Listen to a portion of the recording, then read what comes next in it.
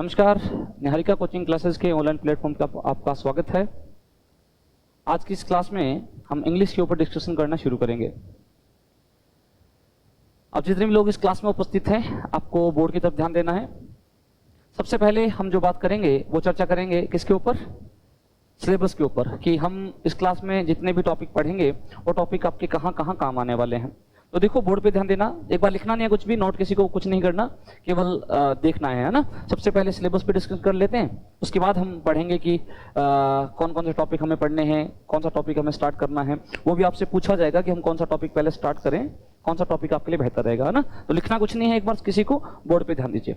देखें, सबसे पहले जो लिखा हुआ आपको दिख रहा है यहाँ पे सिलेबस, और सिलेबस कौन कौन सी परीक्षाओं में आपके लिए यूजफुल रहेगा, इसके ऊपर हम चर्चा कर रहे हैं। देखो, सबसे महत्वपूर्ण जो वैकेंसी है आप लोगों के लिए, आप में से भी कुछ ऐसे लोग होंगे जिनका कोई बहन भाई, या आप में से भी कुछ ऐसे हो सकते हैं जिन्होंने रीट का फॉर्म भी अप्लाई किया होगा, रीट की पात्रता परीक्षा पास होगी। तो रीट का जो मेन जो पेपर हो रहा है उसमें इंग्लिश आ रही है, और इंग्लिश में ध्यान रखना, रीट का जो सिलेबस है, सिलेबस में 70% तक इंग्लिश है। ध्यान रखना, जो इंग्लिश का सिलेबस है रीट का, 70% तक इंग्लिश ग्रामर है उसमें। अगर इस क्लास को आप नियमित रूप से पढ़ते हैं तो रीट का जो सिलेबस है उसका 70% लगभग, आप ये समझिए, मैं ये कहना चाहता हूँ कि लगभग आधे से ज्यादा जो पार्ट है रीट का वो इस क्लास से कंप्लीट हो जाएगा। हाँ, रीट में कुछ अलग से टॉपिक रहते हैं, जैसे मैं आपको बता दूं लिटरेरी टर्म्स, है ना, जैसे आपका फोनेटिक सिंबल रहेगा, वो हम अलग से पढ़ लेंगे। इस क्लास को जैसे खत्म करेंगे उसके बाद मैं आपको करवा दूंगा। यानी आपका रीट का जो 100+ % सिलेबस है, 30% जो चीजें हैं रीट के अलग से, वो हमें थोड़ा सा अलग से पढ़नी पड़ेंगी, इसमें लिटरेरी टर्म्स वगैरह शामिल हैं। लेकिन 70% आपका रीट का सिलेबस है वो इसी क्लास के माध्यम से पूरा हो जाएगा। आप थोड़ा सा सिलेबस पे गौर करेंगे तो आपको पता लगेगा कि आमतौर पे ज्यादातर टॉपिक जो हैं रीट मेंस में ग्रामर के दिए हुए हैं, और वैसे भी L2 जो रीट है उसमें आपके ग्रामर के वही टॉपिक आने जिसका लेवल लगभग 10वीं तक का रहेगा। ठीक है, क्लियर है आप लोगों को? यानी रीट में आपके लिए महत्वपूर्ण है। उसके बाद सीईटी, वो सीईटी की बात करें तो सीईटी में इंग्लिश आ रही है, और सीईटी में अगर इंग्लिश के टॉपिक की बात करें तो नॉर्मल से टॉपिक रहेंगे, जनरल ग्रामर रहेगी, और जनरल ग्रामर के सारे टॉपिक हम इस क्लास में पढ़ लेंगे। और मेरे ख्याल से जनरल ग्रामर पढ़ने के बाद सीईटी का भी आपका जो सारा सिलेबस है वो कवर हो जाएगा। सबसे इंपॉर्टेंट जो रहता है वो रहता है हाईकोर्ट एलडीसी। हाल फिलहाल वैकेंसी आई हुई है, और हाईकोर्ट एलडीसी ने अपने विज्ञप्ति में जो मेंशन किया है उसमें इंग्लिश सिलेबस दिया हुआ है। पता होगा आपको, इंग्लिश का सिलेबस है, और इंग्लिश का जो जितना भी कंप्लीट सिलेबस है जो हाईकोर्ट एलडीसी का है वो सारा का सारा इस क्लास के माध्यम से हम कंप्लीट कर लेंगे। और ये पंचायत एलडीसी की जो बात कर रहे हैं, पंचायत एलडीसी के लिए सबसे पहले आपको सीईटी देना पड़ेगा। तो सीईटी के साथ जैसे जैसे इंग्लिश पढ़ेंगे तो पंचायत एलडीसी का सिलेबस आपका हो ही जाना है। ठीक है, उसके बाद अगर आप बात करेंगे एसएससी की, तो एसएससी के जितने भी एग्जाम हो रहे हैं, मुख्यतः 3 एग्जाम होते हैं एसएससी के, है ना, मुख्यतः 3 एग्जाम की बात कर रहा हूँ। अगर बड़े तौर पर देखा जाए तो एसएससी सीजीएल, है ना, एसएससी सीजीएल की आप बात कर लें, सीजीएल का जितना भी ग्रामेटिकल पोर्शन है वो यहाँ हम पूरा कर लेंगे। ठीक है, और उसके बाद आपका एक रहता है 12th बैच पे, 12वीं बैच पे एक वैकेंसी रहती है एसएससी की, एसएससी सीएचएसएल, वो भी सारा इसमें कंप्लीट हो जाएगा। ठीक है, और उसके बाद एक 10th बैच पे वैकेंसी आती है एसएससी की एमटीएस, वो भी कंप्लीट हो जाएगा यहाँ से। ठीक है, और एमटीएस के साथ साथ आपका एक वैकेंसी आती है दिल्ली पुलिस एसआई की, है ना, सीपीओएसआई जिसे हम कहते हैं। सीपीओएसआई का 25% आपके रहते हैं फर्स्ट पेपर में, वो सारा यहाँ से कंप्लीट तैयार हो जाएगा।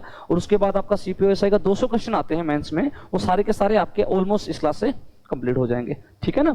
उसके बाद अगर बात करें जनरल इंग्लिश, किसी को अगर पढ़ना है किसी भी प्रतियोगी परीक्षा के लिए, जैसे अगर आप किसी भी प्रतियोगी परीक्षा की तैयारी करें, किसी भी स्टेट से आप बिलोंग करते हैं, जनरल इंग्लिश अगर आपके पेपर में आ रही है तो सारी की सारी जनरल इंग्लिश इसमें आपकी कवर हो जाएगी। मुख्यतः हमारा जो टारगेट रहेगा वो रहेगा कंप्लीट इंग्लिश पूरा करना इस क्लास में।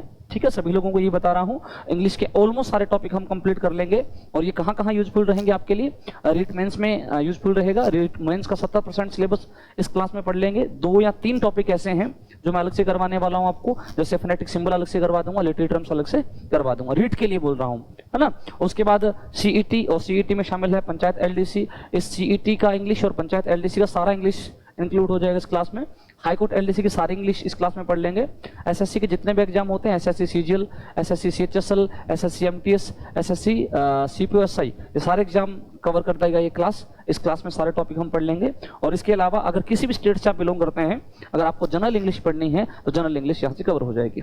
ठीक है, यहाँ तक अगर कोई प्रश्न है, आपको कोई डाउट है तो पूछ सकते हैं आप किसी भी प्रतियोगी परीक्षाओं को लेकर।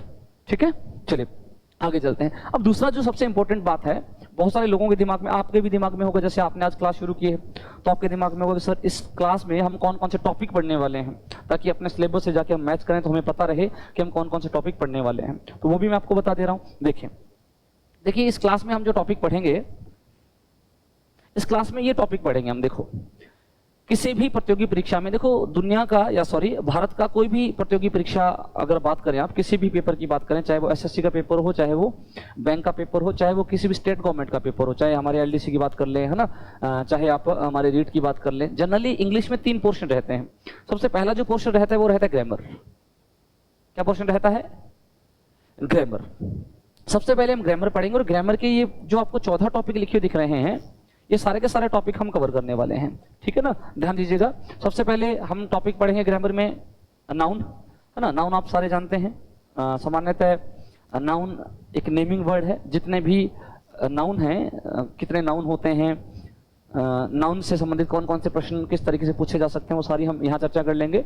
दूसरा टॉपिक हम प्रोनाउन पढ़ेंगे, प्रोनाउन के बाद एडजेक्टिव पढ़ेंगे, एडजेक्टिव के बाद एडवर्ब, एडवर्ब के बाद आर्टिकल, आर्टिकल के बाद प्रीपोजिशन पढ़ेंगे, प्रीपोजिशन के बाद हम पढ़ेंगे टेंस, बहुत डिटेल में पढ़ने वाले हैं। फिर नरेशन, एक्टिव पैसिव, कंजंक्शन, है ना, वर्ब, और सबसे इंपॉर्टेंट जो पोर्शन है, सामान्यतः आपके स्टेट गवर्नमेंट के जो पेपर हैं वहां से तो ये प्रश्न नहीं पूछा जाता, लेकिन अगर एसएससी की बात करोगे, बैंकिंग की बात करोगे, इस टॉपिक में से कई बार प्रश्न पूछा जाता है ना, बहुत बार प्रश्न पूछा जाता है। जैसे पार्टिकल से प्रश्न आता है, जरंड से क्वेश्चन आ जाता है, टू इन्फिनेटिव से या इन्फिनेटिव से प्रश्न पूछा जाता है ना। आप लोगों के दिमाग में रहेगा सर ये जो है, ये टॉपिक जो है हमने नहीं पढ़ा हुआ है। अगर आपके दिमाग में है, कितने लोगों ने पढ़ा हुआ है टॉपिक जरंड, पार्टिसिपल, टू इन्फिनेटिव के बारे में सुना है पहले आपने?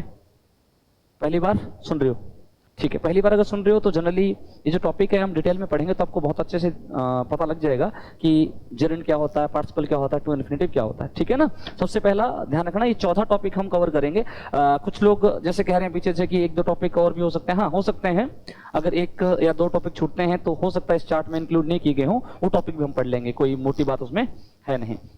अगर आप वोकैब पोर्शन की बात करेंगे तो वोकैब पोर्शन में ये पोर्शन हम पढ़ने वाले हैं। सबसे पहले ध्यान रखना, सभी पेपर में आ रहा है, आपके एलडीसी में भी आ रहा है, आपके रीट में भी आएगा, है ना। इवन सेकंड ग्रेड का जो पेपर है इंग्लिश का, उसमें भी पूछा जाता है, उसमें भी सिनोनिम एंटोनिम पूछे जाते हैं ना। सिनोनिम एंटोनिम जैसे हिंदी में आपने समानार्थी शब्द जिनको बोलते हैं, समानार्थी शब्द कह लीजिए या प्रयवाची शब्द कह लीजिए। उसके बाद आपका एंटोनिम्स है, एंटोनिम्स मतलब विलोम शब्द कह लीजिए, है ना। और वन वर्ड मतलब आपको एक शब्द दिया जाएगा और एक शब्द के आधार पे आपको पूछा जाएगा कि क्या कहा जाता है। जैसे उदाहरण के तौर पे मैंने उदाहरण के तौर पे बोला कि एक ऐसा स्थान जहाँ पे हम पढ़ने के लिए जाते हैं तो उसका वन वर्ड क्या होगा? स्कूल। एक ऐसा स्थान जहाँ पे हम पूजा करने के लिए जाते हैं उसका वन वर्ड क्या होगा? मंदिर। ये सारे के सारे वन वर्ड है ना, वो हम इंपॉर्टेंट जो वन वर्ड पिछले पेपर में जो आए हुए हैं कई सालों के, वो हम पढ़ लेंगे इसमें। इडियम फ्रेजेस, लोकोक्ति मुहावरे, है ना, जैसे कि आग में घी डालना, आ बैल मुझे मार, सुना होगा आपने, वो सारे के सारे इसमें ईडीएम स्टेजेस में कंप्लीट हो जाएंगे, ठीक है ना। सबसे पहला ग्रामेटिकल पोर्शन, दूसरा कौन सा पोर्शन? वोकैब पोर्शन, ठीक है। तीसरा जो पोर्शन रहता है आपका कंप्रेहेंसिव। कंप्रेहेंसिव का मतलब क्या है, ध्यान रखना। आमतौर पे अगर आप देखेंगे तो सभी प्रतियोगी परीक्षाओं में 3 चीजें आती हैं, आमतौर पे 3 चीजें आती हैं। जैसे हमारे स्टेट गवर्नमेंट की अगर बात करें, आपने ग्राम सेवक जो हुआ है, ग्राम सेवक की बात कर लें, पीछे पटवारी का एग्जाम हो उसमें बात कर लें, तो उसमें एक रहता है पैराग्राफ, देखा होगा आपने, है ना। आपके जो पटवारी के पेपर में पैराग्राफ आया था, पैसेज जिसे आप कहते हैं, पैसेज, इसकी हम प्रैक्टिस करेंगे। ये कंप्रेहेंसिव का पार्ट है। पैसेज कैसे पूछा जाता है, कैसे पैसेज के प्रश्नों को सॉल्व करना है, किस तरीके के प्रश्न आपसे पूछे जाते हैं, वो सारी हम इसमें चर्चा कर लेंगे। ये होता है जी क्लोज टेस्ट। क्लोज टेस्ट का क्या मतलब होता है? वास्तविक रूप से क्या होगा आपको क्लोज टेस्ट में, जैसे मान लीजिए आपको इस तरीके से क्या दिया जाएगा, एक पैराग्राफ दिया जाएगा, ठीक है ना। पूरा पैराग्राफ दिया जाता है क्लोज टेस्ट में, और पैराग्राफ को बीच में से काट दिया जाएगा। काटने का मतलब यहाँ एक ब्लैंक दे दिया जाएगा, यहाँ एक ब्लैंक दे दिया जाएगा, यहाँ एक ब्लैंक दे दिया जाएगा, यहाँ ब्लैंक, यहाँ भी, यहाँ भी, इस तरीके से बीच में ब्लैंक दिए जाते हैं, यानी खाली स्थान दिया जाएगा और खाली स्थानों को भरना होता है। वास्तविक तौर पे क्लोज टेस्ट एक पैसेज ही होता है जिसको बीच बीच में काट दिया जाता है, उसको हमें फिल करना होता है, ठीक है ना। और क्लोज टेस्ट स्पेशली अब अगर बात करें तो क्लोज टेस्ट एलडीसी में नहीं पूछा जाएगा आपसे, और आपसे रीट में भी नहीं पूछा जाएगा क्लोज टेस्ट। आपका जो क्लोज टेस्ट रहेगा, स्पेशली जो मैं बात कर रहा हूँ क्लोज टेस्ट की, वो एसएससी के संबंध में कर रहा हूँ। एसएससी में क्लोज टेस्ट आता है, ठीक है ना, हमारे एलडीसी वगैरह में क्लोज टेस्ट नहीं आते। अगर आप आगे जो तीसरे नंबर पे टॉपिक लिखा हुआ जंबल्ड सेंटेंस, इसमें क्या रहता है, ये भी इंपॉर्टेंट है और हमारे लिए इंपॉर्टेंट नहीं है, स्टेट गवर्नमेंट के लिए, एलडीसी के लिए इंपॉर्टेंट नहीं है, ये पेपर में नहीं पूछा जाएगा हमसे, है ना। ये टॉपिक जो है ये भी मुख्यतः किसके संबंधित है, एसएससी से संबंधित। देखो आप लिखा हुआ है नीचे, आप लिखा हुआ अगर आप पढ़ पा रहे हैं तो एसएससी और बैंकिंग से संबंधित। ये जो टॉपिक है वो किससे संबंधित है, एसएससी और बैंकिंग से संबंधित है।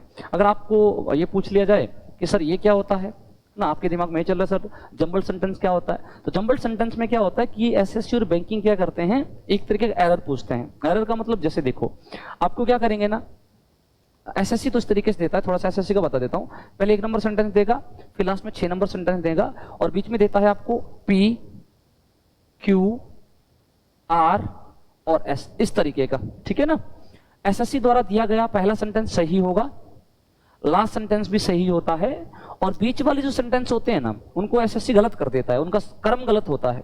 मतलब एक सेंटेंस यहां देगा पी, हो सकता है कि वो पी अपने स्थान पे ना हो, पी के स्थान पे क्या आना चाहिए, क्यू, हो सकता है क्यू के स्थान पे क्या आना चाहिए, आर। यानी कुल मिला के कहने का मतलब ये है कि पैसेज ही होता है, उसकी लाइनें जो होती हैं, लाइन जो होती हैं वो उल्टी सुल्टी होती हैं, पढ़कर आपको उसको एक क्रम में करना होता है, इसे बोला जाता है जंबल्ड सेंटेंस, ठीक है ना। ध्यान रखना है थोड़ा सा। ये जो दोनों के दोनों टॉपिक हैं, ये दोनों टॉपिक्स की हम जो बात कर रहे हैं, ये टॉपिक किससे संबंधित है, मुख्यतः एसएससी और बैंकिंग से संबंधित है। आपके एलडीसी में, आपके रीट में इनसे प्रश्न नहीं पूछा जाएगा, ठीक है ना। और अगर आप पैराग्राफ की बात कर रहे हैं तो पैराग्राफ तो आपके रीट में भी आएगा, पता है आपको, प्रोज और पोएट्री बेस्ड पैराग्राफ आएगा, पैसेज आएगा, पैसेज से क्वेश्चन पूछे जाते हैं, ठीक है ना। ये रीट ओरिएंटेड भी है, और जैसे कि पीछे उन्होंने पटवारी में पैसेज दिया था, पटवारी के पेपर में पैसेज आया हुआ है, तो हो सकता है एलडीसी में भी आपसे क्या पूछ लें, पैसेज पूछ ले ना, ये अनुमान है मेरा। तो ये पैसेज सभी के लिए इंपॉर्टेंट है, सभी पेपरों में आता है सामान्य तौर पे, लेकिन क्लोज टेस्ट और जंबल सेंटेंस ये स्पेशली किसके संबंध में है, एसएससी और बैंकिंग के संबंध में। ये हमारा सिलेबस रहेगा। यहाँ तक जो मैंने डिस्कशन किया आपके साथ सिलेबस के बारे में, वो समझ पाए हैं आप बहुत अच्छे से, कोई दिक्कत नहीं है, ठीक है। मैंने कहा पेपर में, इंग्लिश के पेपर में 3 पोर्शन रहते हैं। पहला कौन सा पोर्शन, ग्रामेटिकल पोर्शन रहेगा। ग्रामर में हमें कितने टॉपिक पढ़ने हैं, 14 टॉपिक हमें पढ़ने हैं, ठीक है ना। ये पूरे के पूरे सारे टॉपिक हम पढ़ेंगे, एक आध टॉपिक ऊपर नीचे हो सकता है, वो हम हमारा जब टॉपिक पढ़ेंगे, क्लास पढ़ेंगे तो वहां उसको ऐड कर लेंगे, ठीक है। और दूसरा जो सेक्शन रहता है वो कौन सा सेक्शन रहता है, वोकैब का सेक्शन रहता है, जिसमें सिनोनिम यानी प्रायवाची शब्द कह लीजिए, एंटोनिम विलोम शब्द, वन वर्ड, है ना, एक शब्द पूरे लाइन दी जाएगी, एक शब्द पूछा जाएगा, और इडियम फ्रेजेस, लोकोक्ति, मुहावरे, ये हमें पढ़ने हैं। और उसके बाद आपका पैसेज सभी प्रतियोगी परीक्षाओं के लिए इंपॉर्टेंट है। और अगर क्लोज टेस्ट और जंबल सेंटेंस की बात करें तो एलडीसी के लिए, स्टेट गवर्नमेंट के लिए, राजस्थान के लोगों के लिए इतना इंपॉर्टेंट नहीं है, लेकिन SSC bank point of view से बहुत इंपॉर्टेंट है, ठीक है। हम क्या पढ़ेंगे, कैसे पढ़ेंगे, थोड़ा सा मैं बता दे रहा हूं आपको। देखो सबसे पहले हम जो पोर्शन शुरू करेंगे, ग्रामेटिकल पोर्शन शुरू करेंगे, ठीक है। जैसे ही हमारी क्लासेस शुरू, अभी क्लासेस शुरू हुई है, आज क्लासेस शुरू हुई है, और संभवतः जब तक मुझे कोई काम नहीं होता अर्जेंट, तब तक ये क्लास रेगुलर ही रहेगी। और जब 10 या 15 दिन हमें ग्रामर पढ़ते हो जाएंगे, तो फिर हम स्टार्ट करेंगे कौन सा पोर्शन, वोकैब का पोर्शन। रूट वर्ड से सारे के सारे वर्ड हम पढ़ेंगे, और वोकैब पढ़ते हुए जब हमें 5, 7, 10 दिन हो जाएंगे, तो उसके बाद एक एक डेली हम क्या करना शुरू करेंगे, पैराग्राफ का अभ्यास करना शुरू करेंगे, है ना। आपको जुड़े रहना है, और नियमित रूप से सारी के सारी टॉपिक हम कंप्लीट कर लेंगे, एक एक करके पूरा कर लेंगे, ठीक है। चलिए अब हम स्टार्ट करते हैं हमारी क्लास। यहां तक अगर किसी को डाउट हो तो पूछे, 1 मिनट का समय है, कोई डाउट हो तो यहां तक पूछे। आगे चलो, चलिए आगे चलते हैं। देखो सुने, हम इस क्लास में चर्चा किसके ऊपर करेंगे, इंग्लिश के ऊपर। देखिए इंग्लिश की अगर बात करें तो ध्यान रखिएगा, इंग्लिश राजस्थान की अगर बात करें तो आमतौर पे राजस्थान के जो लोग हैं, सामान्यतः इंग्लिश बहुत अच्छा होता नहीं है उनका, और आमतौर पे दिक्कत आती है इंग्लिश में। हम लोग मिलकर इंग्लिश को समझने का प्रयास करेंगे, और मैं उम्मीद करता हूं कि जब तक हम इस क्लास में पढ़ेंगे, आप बेहतर तरीके से समझने का प्रयास करेंगे। तो स्टार्ट करें, तैयार हैं सारे, पक्का। चलिए आगे करते हैं। देखिए सुने, देखो इंग्लिश सबसे इंपॉर्टेंट बात है, इंग्लिश एक सब्जेक्ट तो है ही है, सब्जेक्ट के साथ सबसे पहली जो बात है वो इंग्लिश एक क्या है, लैंग्वेज है। यहां से शुरू करें। आपको पता है कि इंग्लिश एक विषय तो है ही, विषय के साथ साथ, विषय से पहले ये मैं कह सकता हूं एक भाषा है कि नहीं है, एक भाषा है। और अगर आप भाषा की बात करेंगे ना, तो भाषा की सबसे जो छोटी इकाई होती है ना, जहां से भाषा का मैं कह सकता हूं निर्माण शुरू होता है, भाषा की, देखो लिखा हुआ है यहाँ पे ना, स्मॉलेस्ट यूनिट ऑफ लैंग्वेज। किसी भी भाषा की सबसे छोटी इकाई क्या होती है, यानी अगर आप किसी भी भाषा के बारे में बात कर रहे हैं, तो भाषा का निर्माण कहाँ से होता है। आप कहेंगे सर भाषा का मतलब होता है हम जो भी भाषाएं बोलते हैं उन्हें हम भाषा कहेंगे, है ना। यानी भाषा किससे बनती है, बोलने से। और जब भी हम अपने मुंह से कोई भी शब्द प्रोनाउंस करते हैं, कोई भी शब्द बोलते हैं तो उसे हम क्या कहते हैं? साउंड कहते हैं। यानी भाषा की सबसे छोटी इकाई क्या होती है? साउंड होती है। क्लियर है ना? ठीक है। और साउंड को जब मिला दिया जाता है ना, या मैं कह दूं कि अगर आपको साउंड को लिखित रूप में बताना पड़े, साउंड को लिखित रूप में रिप्रेजेंट करना पड़े, दिखाना पड़े, तो आप क्या करेंगे? किसका प्रयोग करेंगे? अल्फाबेट का, है ना। जैसे मान लीजिए मैंने एक शब्द बोला ना, मैं एक शब्द बोला कोई भी ये शब्द जो है ये तो मैंने बोला है, लिखा नहीं। और अगर इसी को मैं लिखूं तो आप कहें सर अगर आपने ए बोला तो आप क्या लिखें? ए। अब ये जो शब्द मैंने लिखा है इसको मैंने क्या कर दिया? आपके सामने शो कर दिया, दिखा दिया, रिप्रेजेंट कर दिया। और किसी भी साउंड को रिप्रेजेंट करने के लिए जिन शब्दों का हम प्रयोग करते हैं, जिनका हम प्रयोग करते हैं उन्हें हम क्या कहते हैं? अल्फाबेट कहते हैं। ए बी सी डी ये सारे के सारे क्या होते हैं? अल्फाबेट होते हैं। पता है आपको? क्लियर है? यानी किसी भी भाषा की सबसे छोटी इकाई क्या होती है? सबसे छोटी इकाई साउंड। साउंड से भाषा का विकास शुरू होता है। जब साउंड को हम लिखित रूप में प्रयोग करते हैं तो क्या होता है? अल्फाबेट होता है। क्लियर है ना? और अल्फाबेट से जब अल्फाबेट को मिला देते हैं, जैसे उदाहरण के तौर पे देखो, मैंने आपके सामने एक शब्द लिखा, मैंने ए लिख दिया, मैंने आपके सामने क्या लिख दिया? एन लिख दिया, है ना। अब अगर मैंने लिखा एन ए तो शायद इसका कोई मतलब नहीं है, शायद इसका कोई मतलब नहीं है ना। दो अल्फाबेट हैं, एक अल्फाबेट कौन सा लिखा हुआ? एन लिखा हुआ, एक क्या लिखा हुआ? ए लिखा हुआ है। लेकिन इसी अल्फाबेट को अगर मैं एक अरेंज्ड वे में, अरेंज्ड वे मतलब एक मीनिंगफुल तरीके से, जिसका कोई मीनिंग हो, उस तरीके से अगर मैं लिख दूं तो क्या कहलाता है? वर्ड कहलाता है। फॉर एग्जाम्पल देखें, जैसे मैंने इसी शब्द को लिखा एन, तो आप कहेंगे सर एन शायद कोई शब्द तो नहीं होता, लेकिन हमने समझा है कि एक आर्टिकल हम बोलते हैं ए और एन। एन एक आर्टिकल है, अपने आप में इसका आर्टिकल का मीनिंग है, कोई ना कोई तो मीनिंग होगा, हम पढ़ेंगे आर्टिकल क्या होता है। लेकिन वास्तविक रूप से ए और एन दोनों अल्फाबेट ने मिलकर क्या बना दिया? वर्ड बना दिया। क्लियर है ना? जो आर्टिकल है वो सामान्यतः एक वर्ड है, ठीक है ना। जैसे मान लीजिए सिंपल सी बात है, मैं लिखा वाई, है ना, मैं लिखा ओ और मैं लिखा बी, ये अलग अलग अल्फाबेट है। एक वाई लिखा है, एक ओ लिखा है, एक बी लिखा है, ये वर्ड नहीं है, है ना। लेकिन इसको अगर मैंने अरेंज मैनर में लिखा, इसको उसी तरीके में लिखा, एक मीनिंगफुल इसका कोई वर्ड बने उस तरीके में लिखा, जैसे मैंने लिखा बी ओ वाई, तो ये क्या बन गया? शब्द बना है। क्लियर है ना? इन अल्फाबेट से क्या बनता है? शब्द बनता है। ध्यान रखिएगा, किसी भी भाषा की सबसे छोटी इकाई क्या होती है? किसी भी भाषा की सबसे छोटी इकाई साउंड होती है। साउंड को जब हम लिखित रूप में रिप्रेजेंट करते हैं, दिखाते हैं, तो क्या होता है? अल्फाबेट होता है।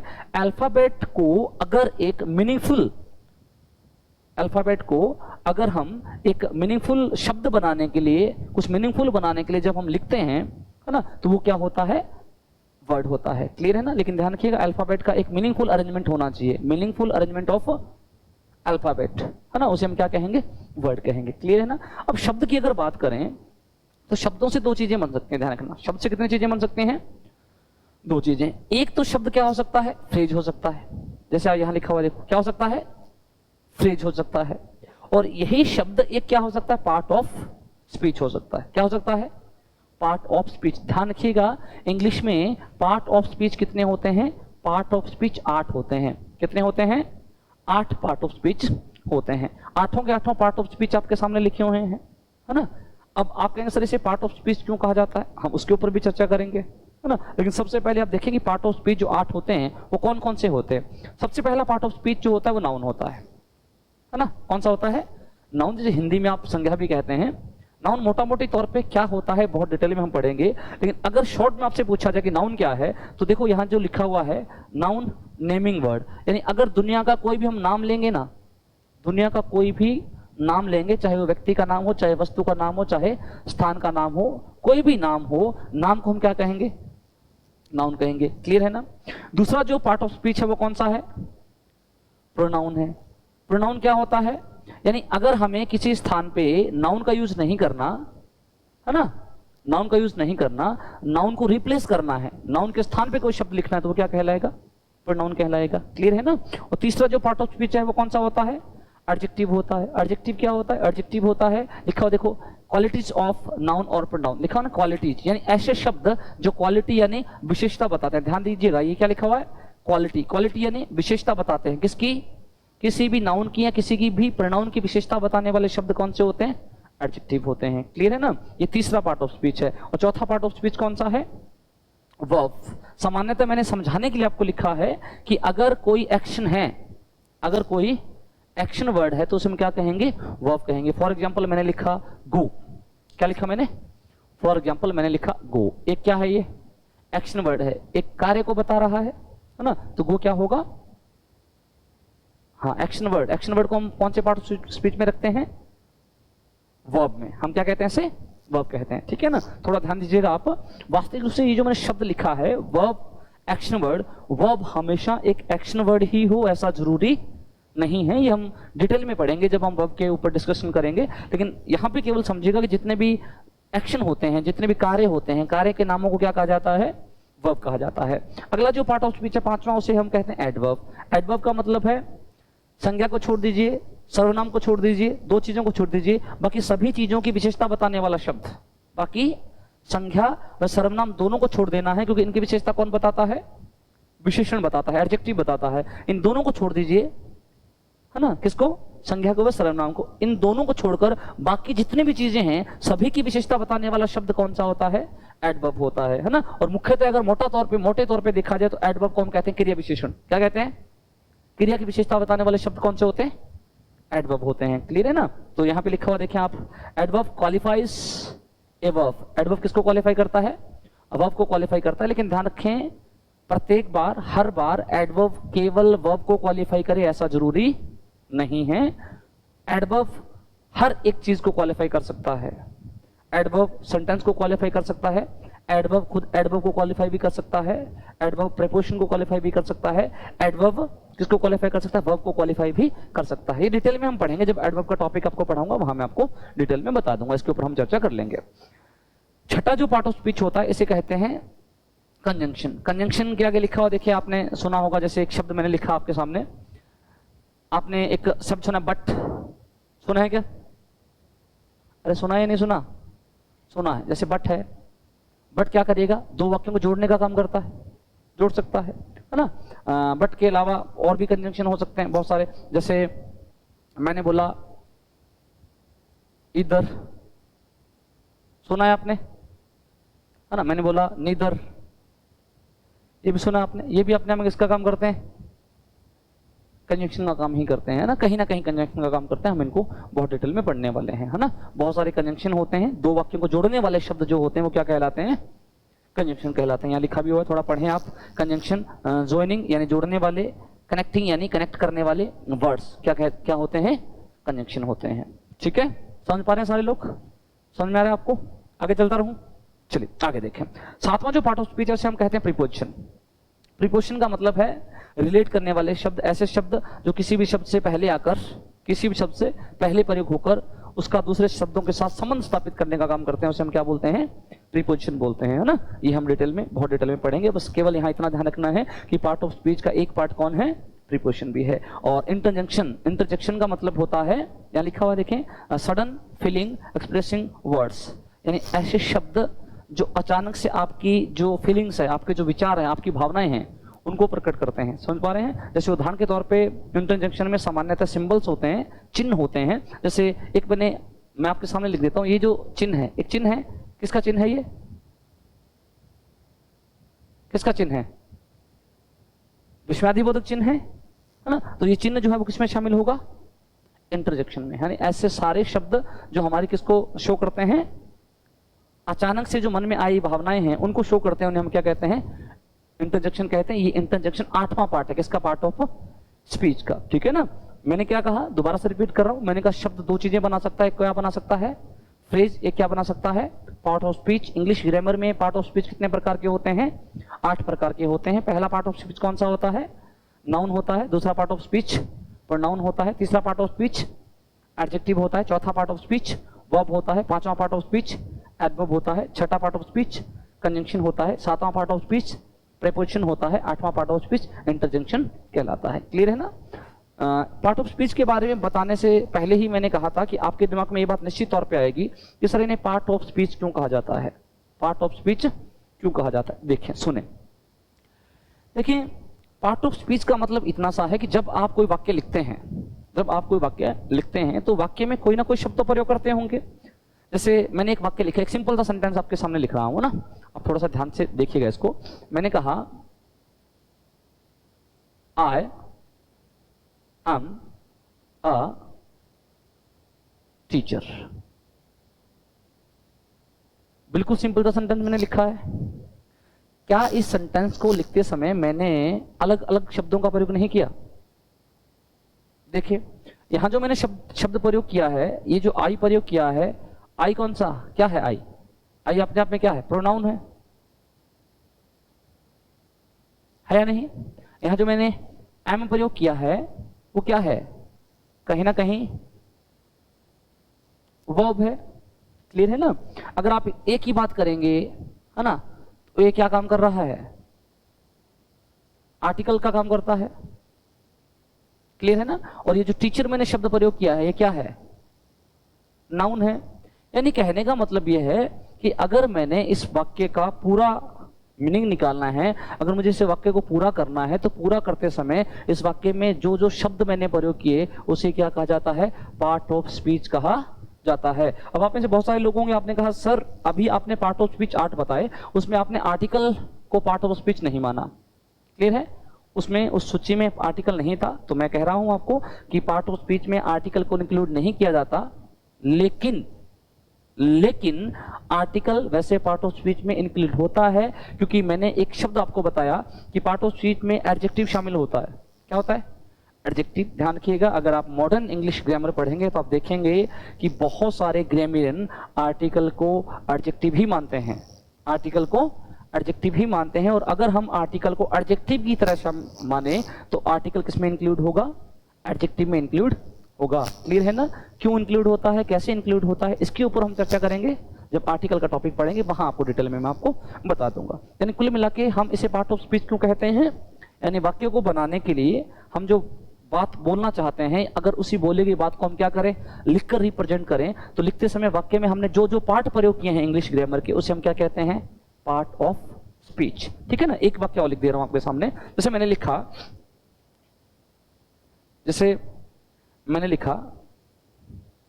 है ना, शी इज ए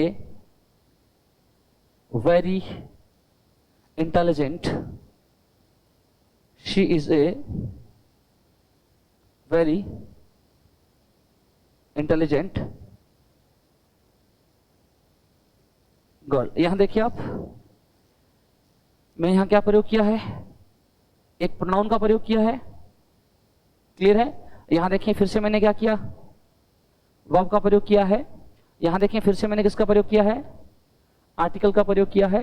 यहां देखिए ये जो मैंने वेरी लिखा हुआ है, ये वेरी अपने आप में एडवर्ब है। क्या है? वेरी एडवर्ब है। क्लियर है? ये मैंने जो इंटेलिजेंट लिखा हुआ है, इंटेलिजेंट क्या है? एडजेक्टिव है। क्या है? एडजेक्टिव है। क्लियर है ना? पिछले वाक्य में हमने किसका प्रयोग नहीं किया था? एडजेक्टिव और एडवर्ब का प्रयोग नहीं किया था। यहां मैंने किसका प्रयोग कर दिया?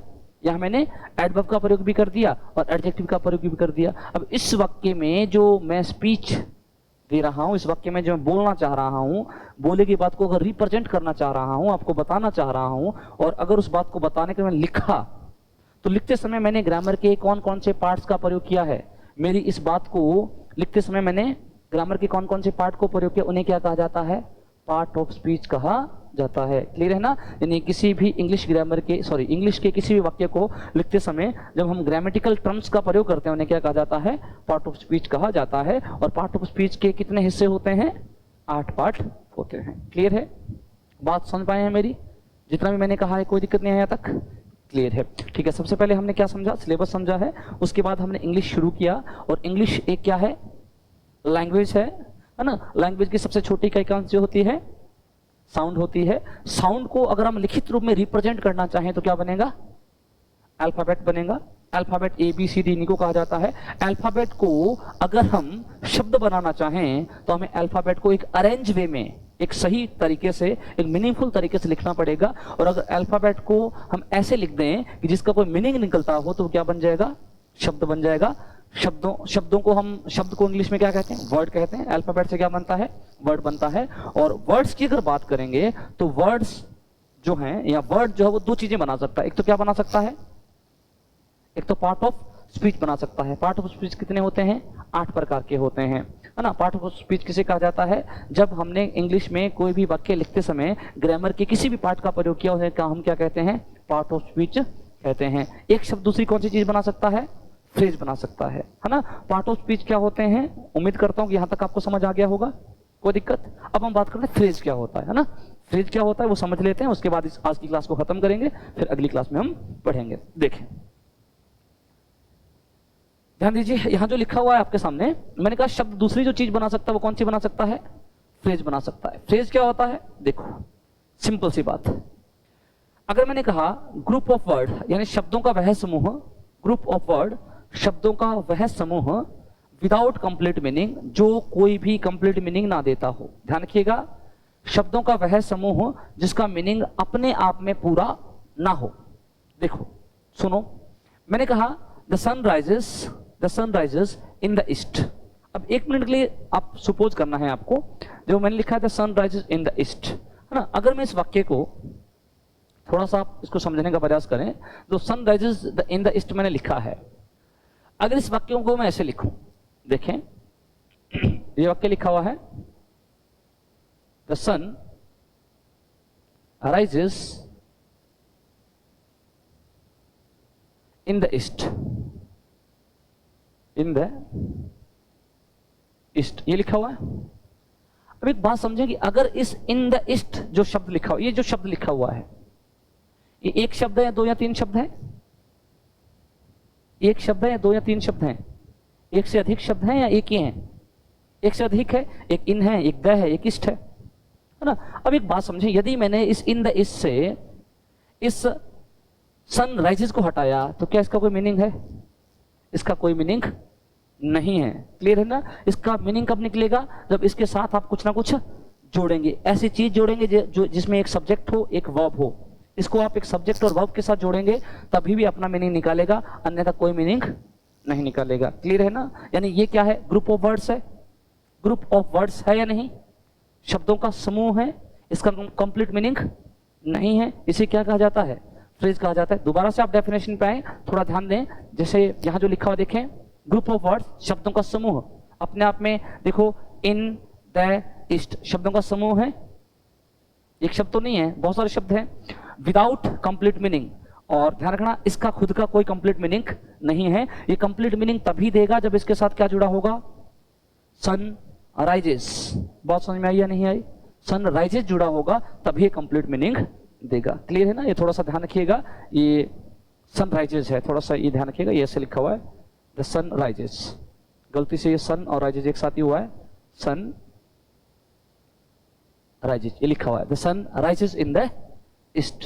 क्लियर है। फ्रेज क्या होता है समझ पाए आप? ऐसे शब्द जिनका जो ग्रुप में होते हैं उनका खुद का कोई मीनिंग नहीं होता, उनका मीनिंग तभी निकलेगा जब वो किसी सब्जेक्ट और वर्ब के साथ प्रयोग किए जाएं। क्लियर है। जैसे देखें अगले वाले वाक्य में, देखें it was a sunset of great beauty, it was a sunset of a great beauty. अब देखें सनसेट ऑफ ग्रेट ब्यूटी, ये जो शब्द है सनसेट ऑफ ग्रेट ब्यूटी, ये जो शब्द है, अगर इसके साथ से मैं इट और वॉज हटा दूं तो क्या इसका कोई मीनिंग है? कोई मीनिंग नहीं है। अपने आप में सनसेट ऑफ ग्रेट ब्यूटी कोई मीनिंग नहीं निकालेगा। इसका मीनिंग कब आ रहा है? जब इसके साथ जोड़ा जा रहा है इट और वॉज के साथ। तो ये जो शब्द हैं, ये जो इतना स्ट्रक्चर है, ये क्या कहलाएगा? फ्रेज कहलाएगा। बात समझ पा रहे हैं नहीं समझ पा रहे? आगे चले, आगे देखें next sentence, the top of the mountain were covered with snow. The top of the mountain, देखो ये द टॉप ऑफ माउंटेन है, मैंने इतना शब्द लिखा, और मान लीजिए कि आप एक बार के लिए सोचें कि ये वर कवर्ड विद स्नो नहीं है। द टॉप ऑफ माउंटेन का कोई मीनिंग है क्या?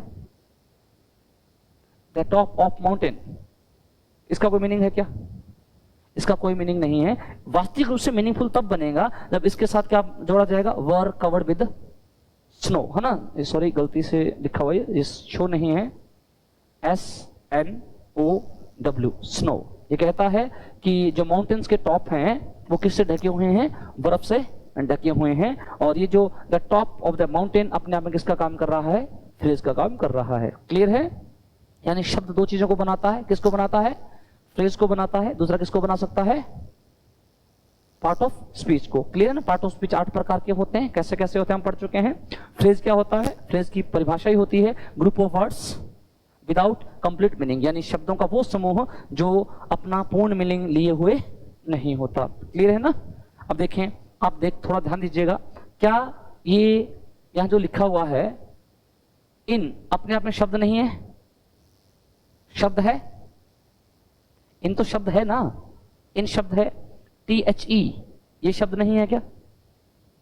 बिल्कुल शब्द है। जो इष्ट लिखा हो ये भी शब्द है या नहीं? किससे बन रहा है? जो फ्रेज बन किससे रहे हैं? शब्दों से तो बन रहे हैं, यानी वर्ड से क्या बन सकता है? फ्रेज बन सकता है, लेकिन फ्रेज कंप्लीट मीनिंग नहीं निकालता। क्लियर है? फ्रेजेस के बारे में हम ज्यादा चर्चा नहीं करेंगे। सबसे पहले हमारे परीक्षा के पॉइंट ऑफ व्यू से इंपॉर्टेंट क्या है? Part of speech. क्लियर है? तो हम पार्ट ऑफ स्पीच के बारे में चर्चा करना शुरू करेंगे। अब मैं आपसे पूछना चाहता हूं, आप जो अगला टॉपिक स्टार्ट करना चाहते हैं, है ना, आप लोग भी मुझे बताएंगे, मेरे जो जितने भी लोग सामने बैठे हैं आप भी मुझे बताएंगे, और आप लोग भी मुझे कमेंट करके बताएं कि अगला जो टॉपिक है वो हम कौन सा पढ़ें, क्यों, इसकी वजह है। देखें, आप इंग्लिश से शुरू करना चाहते हैं, इंग्लिश पढ़ना, तो या तो आप कहां से शुरू कर सकते हैं? नाउन से शुरू कर सकते हैं। कहां से? नाउन से, क्योंकि नाउन के बाद जितने भी टॉपिक हैं ये कहीं ना कहीं नाउन से जुड़े हुए हैं। आप ये नहीं कह सकते कि आप सर एडजेक्टिव शुरू कर दीजिए। मैं एडजेक्टिव शुरू कर सकता हूं, लेकिन मैं शुरू करूंगा तो उन लोगों को तो भले भांति समझ आएगा जिनको इंग्लिश आती है, लेकिन उन लोगों को दिक्कत होगी जिन्होंने पहले नहीं पढ़ रखा। या तो हम पहला टॉपिक कौन सा शुरू कर सकते हैं? नाउन शुरू कर सकते हैं, ताकि नाउन जो है पार्ट ऑफ स्पीच का कौन सा पार्ट है? पहला पार्ट है। हमारा कौन सा पार्ट शुरू हो जाएगा? पार्ट ऑफ स्पीच शुरू हो जाएगा। ये इंडिपेंडेंट टॉपिक है। इंडिपेंडेंट मतलब स्वतंत्र है, इसका दूसरे टॉपिक से लेना देना नहीं है। बाकी जो 7 टॉपिक लिखे हुए हैं प्रोनाउन से लेकर इंटरजेक्शन तक, ये कहीं ना कहीं किससे जुड़े हुए हैं? नाउन से जुड़े हुए हैं। इन टॉपिक्स को पढ़ने के लिए हमें क्या पढ़ना पड़ेगा? नाउन। आप में से कुछ लोग ऐसे भी हो सकते हैं जो कि सर हमने नाउन तो पढ़ रखा है, हम नाउन नहीं पढ़ना चाहते। तो फिर आप एक काम करें, फिर मैं आपको मैंने आपको सिलेबस का जो दिखवाया है, पूरा का पूरा जो सिलेबस का मैंने टेबल दिखवाया आपको, ये जो टेबल आपके सामने था, ये जो सूची है आपके सामने, लिस्ट जो है, इसमें से कोई टॉपिक स्टार्ट करा सकते हैं आप। कौन सा टॉपिक स्टार्ट करा सकते हैं? देखिए, या तो पहला मैंने बता दिया नाउन स्टार्ट कर सकते हैं, और नाउन के बाद ये जो आपको कंटिन्यू टॉपिक दिख रहे हैं ये तो पार्ट ऑफ स्पीच का हिस्सा है। या फिर अगर स्वतंत्र कोई टॉपिक है तो उसका नाम है टेंस। टेंस एक इंडिपेंडेंट टॉपिक है, सामान्यतः टेंस दूसरे के साथ जुड़ाव नहीं होता। ठीक है ना? आपके पास 3 टॉपिक हैं जो स्वतंत्र हैं, स्टार्ट करवाने के लिए आप बोल सकते हैं। या तो आप नाउन बोल सकते हैं, या आप टेंस बोल सकते हैं, या फिर आप चाहें तो आप कह सकते हैं सर हमें वर्ब स्टार्ट करवा दीजिए, क्योंकि वर्ब भी एक क्या है? इंडिपेंडेंट टॉपिक है। अब मैं ये आपके ऊपर छोड़ रहा हूं, आप कमेंट करके मुझे बताएंगे, आप मुझे कमेंट करके बताएंगे कि पहली क्लास में, अपनी पहली जो क्लास है, आज हमने केवल परिचय पढ़ा है, इंग्लिश को शुरू किया है। अपनी पहली क्लास में आप कौन सा टॉपिक पढ़ना चाहते हैं? नाउन पढ़ना चाहते हैं, टेंस पढ़ना चाहते हैं, या वर्ब पढ़ना चाहते हैं? और तीनों टॉपिक में से कोई भी टॉपिक जो आपको पढ़ना है वो आप कमेंट करके मुझे बताएंगे, और ज्यादा से ज्यादा इस क्लास को शेयर करेंगे ताकि हम इस क्लास को नियमित रख सकें। और दोस्तों, हमारी एक योजना चल रही है कि हम ऑफलाइन के साथ साथ ऑनलाइन टेस्ट सीरीज शुरू करें। अगर आप कोऑपरेट करते हैं, आपका सहयोग रहा, और बहुत जल्द हमारे इतने सब्सक्राइबर करवा दिए जाते हैं आपके माध्यम से, या आपके सहयोग से इतने सब्सक्राइबर हो जाते हैं कि हम लाइव आ सके, तो उसके बाद LDC का, रीट का और हाईकोर्ट LDC का, है ना, पंचायत LDC का और रीट का, कोशिश ये है कि रेगुलर एक टेस्ट रखें, है ना। लाइव पूरा टेस्ट होगा और सारे सब्जेक्ट का टेस्ट होगा, पूरा का पूरा कंप्लीट टेस्ट हम लेंगे। उस वैसे टेस्ट नहीं होगा, ध्यान रखिएगा। उस टेस्ट के लिए पहले आपको शेड्यूल डाला जाएगा, शेड्यूल वाइज टेस्ट होगा, ताकि आपकी प्रिपरेशन बहुत अच्छी हो। अगर आप चाहते हैं कि शेड्यूल के माध्यम से आप टेस्ट दें और टेस्ट आपका लाइव हो, ताकि आपका एनालाइज हो सके खुद का कि हम तैयारी किस स्तर से कर रहे हैं और क्या हमारा स्तर है। और अगर आप चाहते हैं कि इंग्लिश की क्लास नियमित रहे और इंग्लिश की क्लास लाइव भी रहे, जिस तरीके से बच्चे पढ़ रहे हैं उस तरीके से हम लोग बातें